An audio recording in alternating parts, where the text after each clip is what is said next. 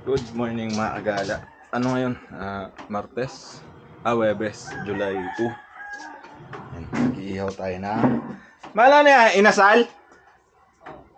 Inasal. Yan. Turuan ko kayo paano mabilis mag-ihaw.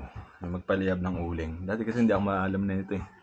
Kung ano na ginagawa ko, yung papel, paliliyabin ko, tapos hindi naman maayos. Ito, basic lang. Ito, turo ko sa inyo.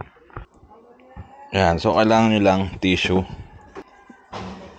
Nilagyan ko lang to ng oil, cooking oil. Ginanong ko lang ng oil. Tapos sindihan na natin to. Prepare muna natin yung uling natin. Lagyan natin siya dun sa pinakailalim. Yan. Yan, pinakailalim. Yan. Tapos sindihan nyo lang yan. Hindi na yan mamamatay. Ganyan na yan. Ganyan na yan siya habang buhay. Tapos tsaka nyo takpan. Paikutan nyo lang siya ng uling. Uy!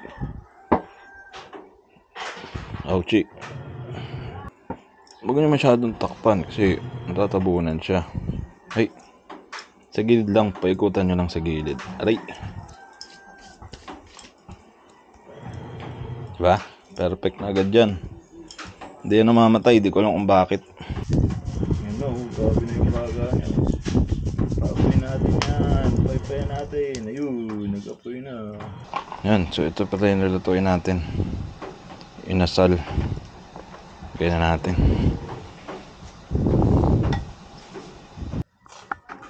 Gawin natin na ito. Para di siya masunog. Tsaka manikit. Doon sa griller. Baliktarin natin. Siyempre, dapat ito yung nasa ilalim. Baliktarin lang natin siya after 5 minutes. Baliktad. After 5 minutes, baliktad. Hanggang sa makita niya na okay na yung tsura niya. Turuan ko yung technique para slow cook siya. Hindi siya nasusunog. Yan, pagka ganyan, tapuin nyo, paypayan nyo. Di haapoy yan pag pinay pa yan, no? Pagdakan natin ang apoy. Ayan, naapoy, no? Gawin nyo, takpan nyo. Yan. Gawa na pag tinakpan yan, mamatay yung apoy niyan. Pero mainit siya sa loob. Maluluto yung loob niya ngayon. Hindi siya masusunog. Yan, tapos na magluto.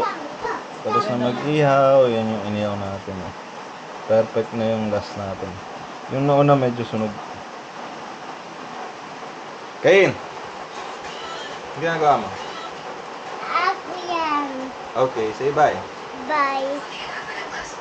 Ang tutug